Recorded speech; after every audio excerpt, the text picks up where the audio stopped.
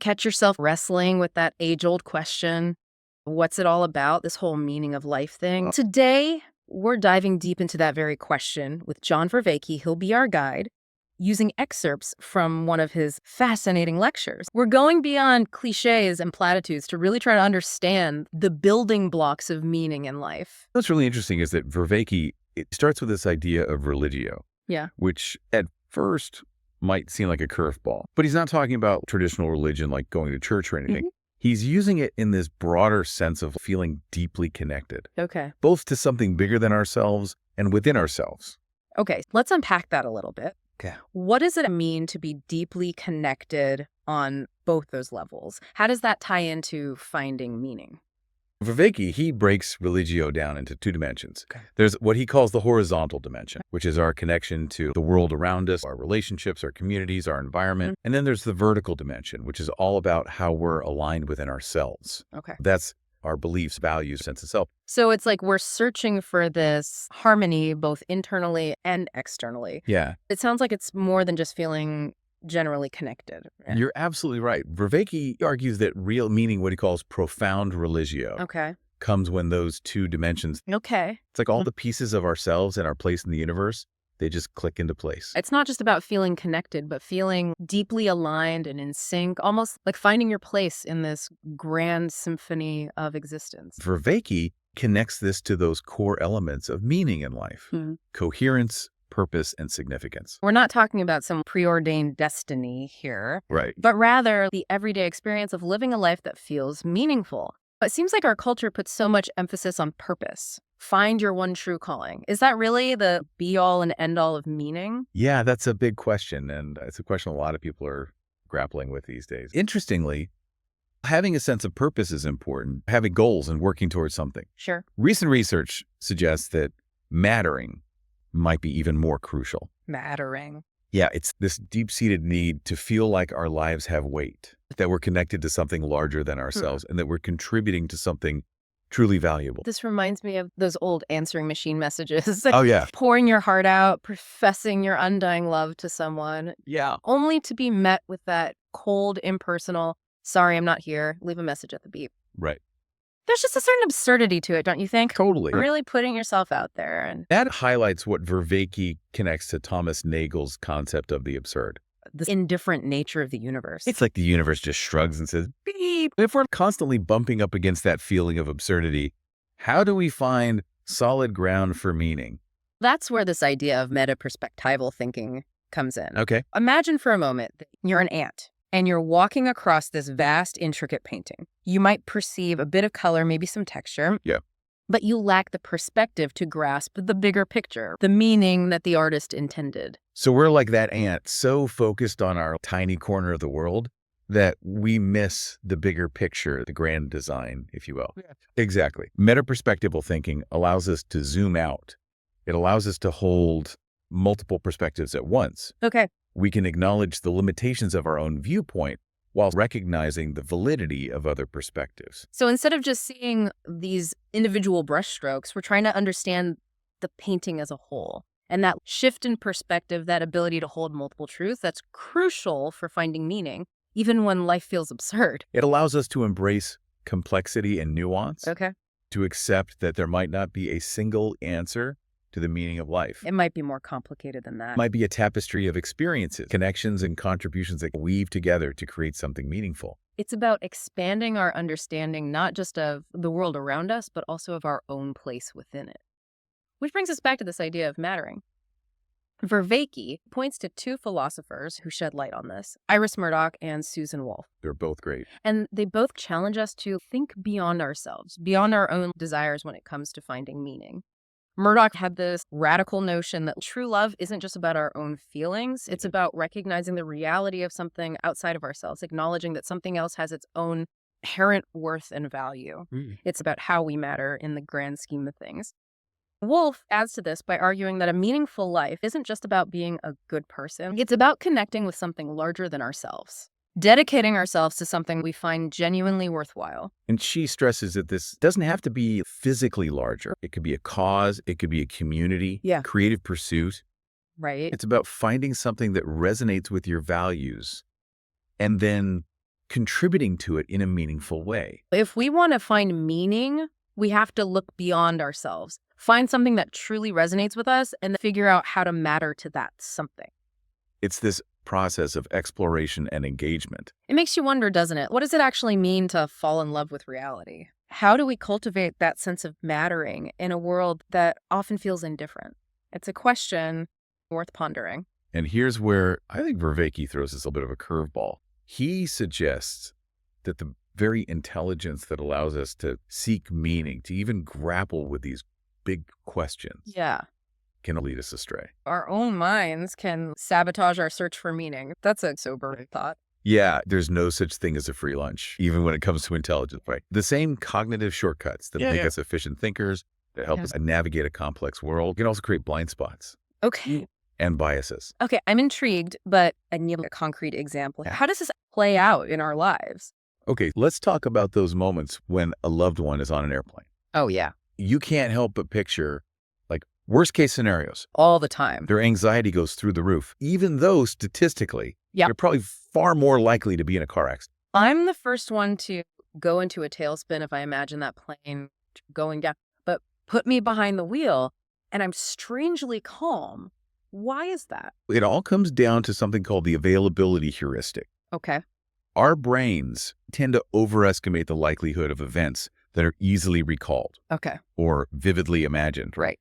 Plane crashes, they're dramatic. Right. They're highly publicized. Sure. So they're readily available in our minds, even if car accidents are tragically far more common. So it's almost like our emotions hijack our rational understanding of statistics. We let these vivid images overpower the cold, hard fact. Exactly. Vervaeke, along with researcher Leo Ferraro, found this is just the tip of the iceberg. Oh, no. They studied how a combination of negativity bias, availability heuristic, encoding specificity, and confirmation bias can create this perfect storm of self-sabotage. They call this parasitic processing. Parasitic processing. It sounds like our minds can get infected with these negative thought patterns. How does that actually work? Imagine your brain is this highly sophisticated computer. Now imagine a virus infiltrating the system. Okay.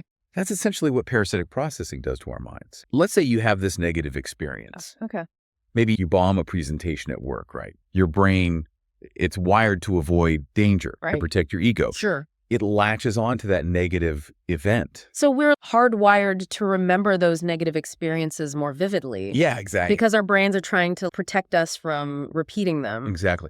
Okay. Because of encoding specificity, it's a way of saying how our brains store information. Okay. Our brains start seeking out patterns and information that confirm our existing beliefs and anxieties. Oh, no. Because you bombed that presentation, you start to notice every little mistake at work. This just reinforces the belief that maybe you're not good enough. Yeah. Creates this self-fulfilling prophecy. So it's like that initial negative experience creates this lens through which we interpret everything else, even if it's not objectively accurate. Exactly. This cycle can spiral. Yeah. Leading to increased anxiety, reduced problem-solving abilities, and this sense of fatalism. Like you get stuck. You start to feel stuck, like you're caught in this loop of negativity. How do we break free from this parasitic processing? Is it as simple as just thinking positive thoughts? Oh, I wish it were that easy. Yeah. Our brains, they're incredibly adaptable, but they're creatures of habit. Right. One-shot interventions, like trying to force yourself to be optimistic, they often fail because it wants to maintain those deeply ingrained patterns. So we can't outsmart our biases with a quick fix, right? What's the solution? How do we rewire those deeply ingrained pathways? Vervaeke suggests cultivating what he calls an ecology of practices. It's not about finding this one magic solution, but rather about creating this supportive environment that nourishes our minds and helps us recognize and challenge those parasitic patterns. I like the sound of that. It feels a lot more holistic than just trying to think our way out of it. Before we dive into what some of those practices might actually look like, I'm curious to explore some more examples of these cognitive biases in action. How pervasive are these mental quirks? We've been warned about these sneaky cognitive biases lurking in the shadows of our minds. Right. But seeing them in action is a whole different ballgame, right? It really is. Vervaeke walks us through some classic experiments that expose like these mental gymnastics we're all prone to. Yeah, these experiments, they're not just for laughs. Yeah. They reveal the mechanics of how our minds operate, Right. often without us even realizing it. Yeah. Take the Linda problem, for instance. Okay. Imagine you're given this description of Linda. She's 31, single, outspoken, very bright, majored in philosophy, and was deeply concerned with social justice issues as a student. Okay. You're asked which is more likely. Linda is a bank teller, or Linda is a bank teller and active in the feminist movement. My gut instinct is to say the second option, the bank teller who's active in the feminist movement. Right. She sounds more like a Linda based on that description. Right. But something tells me that's not the right answer. And that's your logical mind trying to catch up. You're right. It's actually not statistically more probable for her to be both a bank teller and a feminist. She's just a bank teller. Okay. We fall for this trap because of what's called the conjunction fallacy. Even though it makes more sense logically for her to just be a bank teller, the story part of my brain wants to add those extra details to make it fit a more compelling narrative. Exactly. Okay. Our brains, they crave coherence. We're hardwired to find these patterns and create narratives, even if it means bending the rules of logic. Almost as if our brains are like these little story generators, Yeah. always trying to weave together the most interesting and coherent tale, Right. even if it means sacrificing some accuracy along the way. A compelling story for sure. It highlights how easily we can be swayed by how information is presented. Right. Even when the underlying facts remain the same, Vervaeke refers to this as framing effects. So how we frame a question, how we present those choices, Yeah. it can have a huge impact on how people respond. Huge, yeah. Those choices are equivalent. Yes. Can you give us an example? Imagine two scenarios, Okay. both involving a disease outbreak. Okay. In one scenario, you're told that a program will save 200 out of 600 people. Okay. In the other scenario, you're told that 400 out of 600 people will die. Okay. The options are statistically identical, Right. but the way that information is framed drastically influences how people react. That's wild. Of I can already see myself getting tripped up by that depending on how those options are presented. course, yeah. We like to think that we're making rational decisions based on cold, hard facts. Right. It seems our emotions play a much bigger role than we realize. Absolutely. And Vervaeke dives into this truly mind-boggling experiment Okay. called the suicide note study, Okay. which reveals how stubbornly we can cling to beliefs, Okay. even when they're proven wrong. Okay. In this experiment, participants were divided into groups. Okay. They were asked to identify real versus fake suicide notes. Okay. Then the researchers completely debunked any feedback that the participants had been given, revealing that it was random and utterly meaningless. So they pulled the rug out from under them, proving that any initial success in identifying those notes was pure chance. Pure chance. What happened? Did people change their minds about their supposed abilities? But here's the fascinating part. Yeah. Even after their illusions were shattered, many participants still clung to their initial beliefs about their ability. It's almost as if they'd become so attached to the story they had constructed around their perceived skill that even irrefutable evidence couldn't shake it. We get so invested in our beliefs, Right. in the stories we tell ourselves about who we are and what we're capable of. Yeah. Letting go of them, even when they're proven wrong, feels impossible.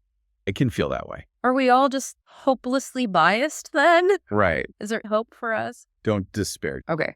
Vervaeke, he ends on a more optimistic note. Okay, good. He introduces us to the selection task, Okay. where participants are presented with 4 cards and a rule, Okay. asked to identify which cards they need to flip to test if the rule holds true. What's the catch? Most people struggle to apply the logical rule, Okay. falling prey to confirmation bias. Oh, no, not again. Again, they tend to seek out information that confirms their existing assumptions rather than looking for evidence that might disprove them. Another case of our brains playing favorites, cherry-picking evidence to support what we already believe. Exactly. But Vervaeke ends on an optimistic note. Yes. Where does that come in? Here's the fascinating twist. When people collaborate on this task, brainstorming solutions together, Okay. the success rate skyrockets from 10% to 80%. Wow, there's power in collaboration and in bouncing ideas off each other Yeah. and challenging each other's assumptions. Yes. We can help each other see past those blind spots that we might not even realize we have. Precisely. And Vervaeke suggests this is because we're actually wired for collective intelligence. Okay. Our evolutionary history, survival depended on cooperation. Right. It's shaped our cognitive abilities. Right. Engaging in respectful dialogue with others, being open to different perspectives can help us overcome our individual biases and reach more rounded, rational decisions. Which is incredibly hopeful, right? It's not about silencing dissenting opinions, Right. but cultivating a space where we can engage in those crucial conversations, even when they're difficult. Even when they're uncomfortable. Yeah. It's about learning from each other Right. and really embracing this messy, beautiful complexity of our world. It's messy but beautiful, right? Is. We're trying to hold those two things together. That kind of brings us back full circle to those ecologies of practices that we were talking about earlier. This is where they come in, right? Yeah. Actively cultivating habits that promote self-awareness, critical thinking, Yeah. and an open-mindedness. We can start to dismantle those parasitic patterns and create a more resilient and meaningful life. It's not a one and done kind of thing. No. It's a process. It's a journey. It's a journey. A lifelong journey. There's no easy fix. It's about cultivating these practices, engaging in these dialogues, and being active participants in shaping our understanding of the world and our place in it. And being okay with the fact that it's messy. Yeah. And that we're going to make mistakes along the way. We are going to get tricked by those cognitive biases from time to time. All the time. But that doesn't mean we're doomed to fail. Okay, right. It's about recognizing it, coming back to the practices that help us get back on track. It's about recognizing it. It's about learning from it. And it's about having that sense of humor about it all. Right? Absolutely. We're all human. All human. We're all in this together. Exactly. So yeah, thanks for diving deep with us on this episode. We hope you found it as thought-provoking as we did. That was great. And until next time, keep those minds open. And keep those conversations going. Absolutely. Bye, everyone.